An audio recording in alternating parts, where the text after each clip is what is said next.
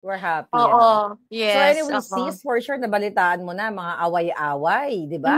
Lalo na yung nasa Siyempre, loob ng Malacanang. Talagang grabe. yes. Alam Mm, mo, nung nag-text ka sa akin, mm, kanina ba yon tungkol mm, kay Lagda. So, yes. alam mo rin ba na sinisante na siya? Oh, Hindi no! siya, hindi siya official na sinisante. Pero Mhm, sinisante na siya according to my puting ahas dahil nga sa issue niya sa BARM na panghimasok niya doon. At syempre, again, yung issue nila sa kamkaman ng pera ng bayan. mm. Well, Ano, nabalita ako yun, sis. Nabalita ako, may okay? nagsabi sa akin nun, like, I think 2 weeks or 3 weeks after yung nangyari sa BARM, may Mhm. nagsabi, tumawag sa akin. Tapos, sabi nga raw, ang sabi ng puting bubuyog, Wow. ano, Ano daw? si Senator Ano Ivy daw daw? lumipad doon para makipag-usap. Yun, yun lang. Yeah, Siya raw siya yung ang nakipag-usap. task. Siya, yeah, Mm-mm. yeah, tama siya. Nakipag-usap siya doon. So, Yeah. ibig sabihin, inatasan talaga siya ng kanyang kapatid na Mm-mm. bangag. So, it's not true na wala siyang access sa kanyang kapatid.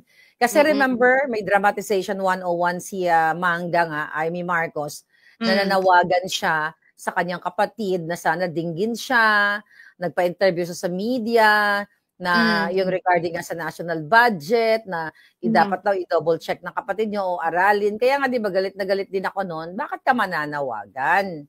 Eh Mm. kapatid mo 'yun eh, tas behind the scene, inaatasan ka pala ng kapatid mo to fix whatever na pwede niyong ayusin sa BARM.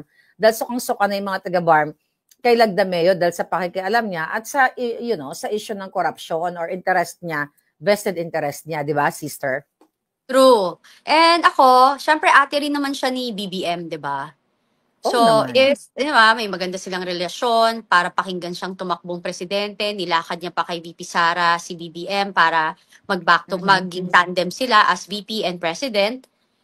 Dapat kung kaya niyang gawin 'yon before, kaya niya din gawin ngayon, 'di ba? Kasi So, imposible na ako naniniwala naman ako may hindi pagkakaintindihan sa magkakapatid, pero after all, dapat siya yung maging most responsible among everything kasi she was the one who initiate the partnership or like the tandem or unity team na whatever tinatawag nila.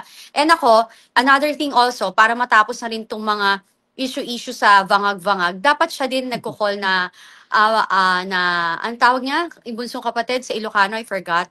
May Ading. text Si Ading, Ading, oo. magpa-hair follicle test na tayo buong pamilya natin. Para Oo, matigil sama na na to. kayo. Di ba? Ako, kung ganon gagawin ko. Tigilan na wag nilang pagtatawanan or anything. Kasi, the more na iniiwasan nila, the more na halata. 'Di ba? Kaya True. nagkakagulo yung mga tao. So, to put an end on this, dapat ano sila, okay, this is what we're going to do. Pero ayoko dito sis gawin nila yung hair follicle. Punta sa Singapore. Oo, 'Di ba? kasi kung Yeah. nababayaran ng mga doctors eh, 'di Yes. ba? Kaya nga nilang Oo. tutukan yun or bayaran and everything. You're right. Mm. So, Kasi sa Singapore, bawal na bawal yan eh. So let's all go to Singapore. Yun. Doon tayo yes, kasi magpa-hair follicle alam test. ko sa Singapore maraming mga nahaharang diyan eh, ng mga big time Gurgur din. sis! Gurgur ang mga drug Oo, dealers and gurgur. everything. Oo. Oo, dapat pala Mm. si Bangag, no? Pag tungtong pa lang sa Singapore, gurgur na. The moment, kasi the Oo. moment i-drug test siya sa Singapore, Oo. baka mamaya meron siyang diplomatic immunity na hindi naman pwede i-check ngayon kanilang mga bagay. But for sure, marami yan mga Mm. pulburong baon-baon. But ganun pa man, sister, Yeah. since it's Christmas, gusto ko magpaka-light-light. Oy, tika muna bago tayo mag-light-light. May nag-text sa akin na Mm. namataan ang plate number 1 sa Baguio City, malapit sa The Mm. Mansion. Okay. Andoon daw, according to my source, si Bangag at ang kanyang Buena di Pulboron na pamilya. So, ayan, Possible. sabi naman, wala naman problema kung pumunta sila no, sa Baguio, no? Mm. Karapatan naman yan. Kaso lang, itinatago na naman sa taong bayan, baka may session doon. Yes, according to my source. Baka may pulboronic activity na naman. Oo. Well, malamig. Pag malamig, sarap uminom ng wine. 'Di ba? Para hindi madulin sa kalasingan, kailangan, 'di ba? Masarap tumira, 'di ba? Exactly. Pampainit Party-party. yun. Yeah, kaya nga Oo, pero ayaw you know what? tumaba. Pero sis, alam mo, may talagang nagbubunga na yung laban natin at ng Totoo ating naman. mga palangga. Kasi tignan mo, Yes. January, confirmed, the INC at iba pang mga groups, ay Yes.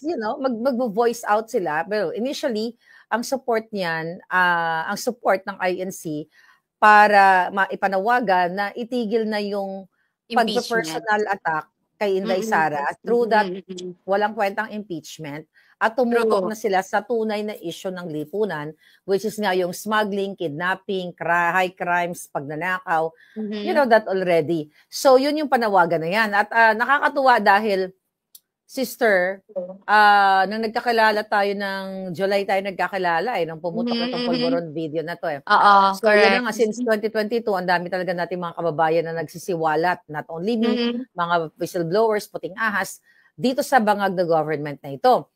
Yeah. And sabi ko nga sis, paulit-ulit, yung mga na-expose ko, na mga expose ng iba pa, ito ay hindi lang gawa-gawa. Kasi nagbunga na ngayon. Even the INC, nakikita nila at ibang mga religious group. At yung mga kababayan natin, OFW, Oo. lalo na yan, na talagang something wrong with the bangags, right? Tandali naman tandaan.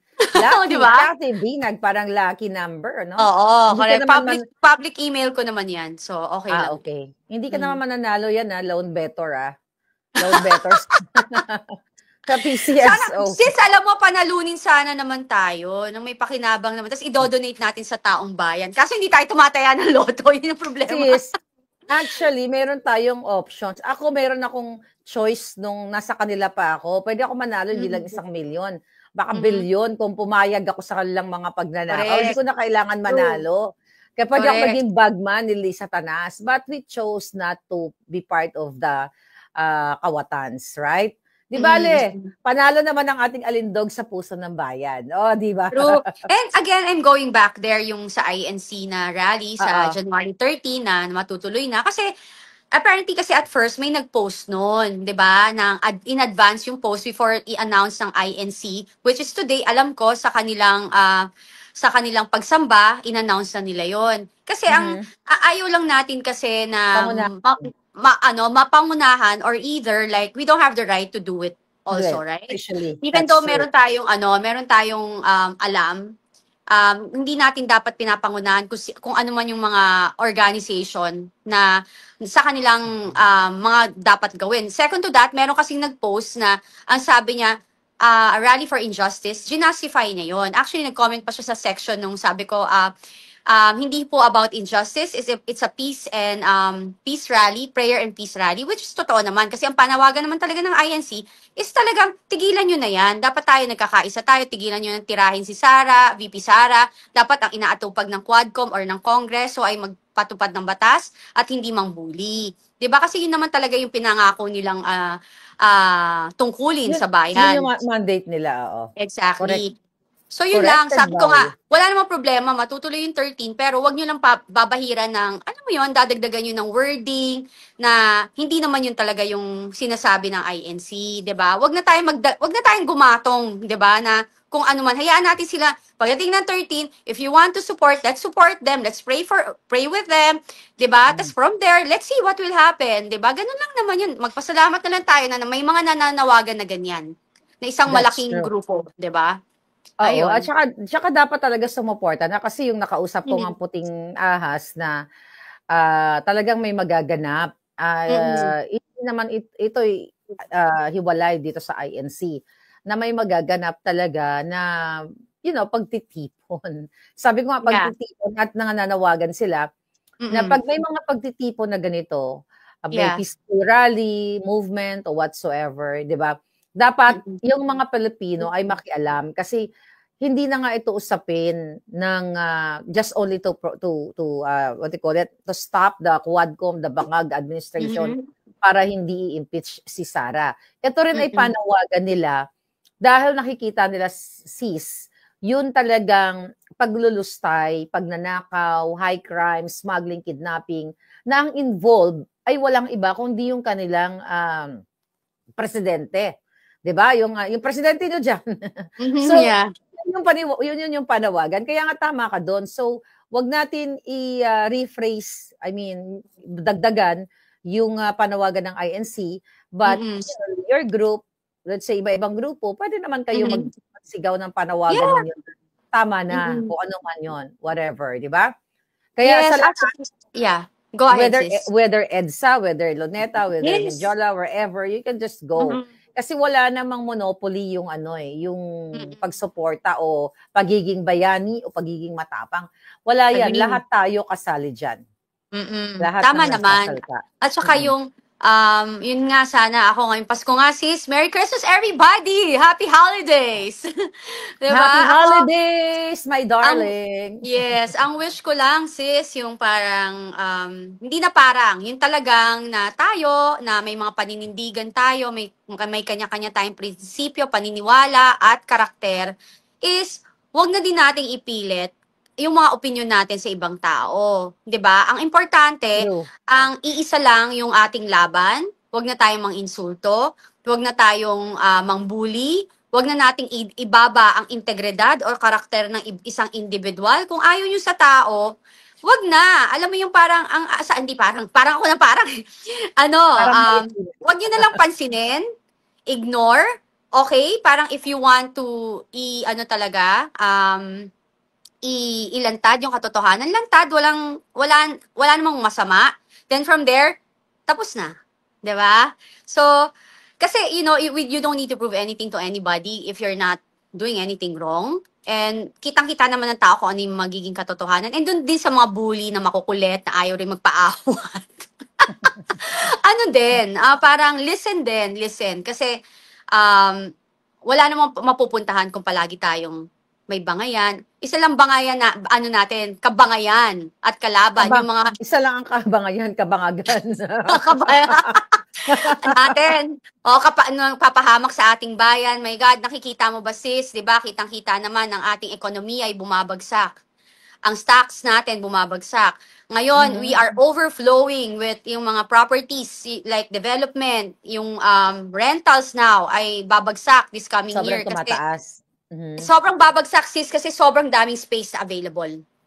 So, kawawa ang real estate din natin. We're having problem with that. And another thing is like, kitang-kita mo na nagbenta tayo ng ginto, pero saan napunta?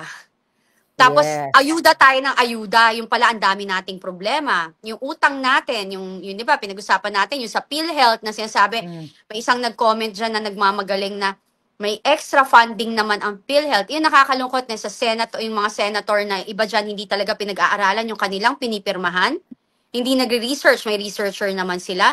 Oo nga, hindi naman lang sila tiningnan yung utang ng PhilHealth na kulang pa yung pondong meron sila na extra. Kasi parang 1 trillion ang utang ng PhilHealth. And yung pondo na, I think 600 ba? 400? I forgot na. So, just imagine kulang yon, 'di ba? Well,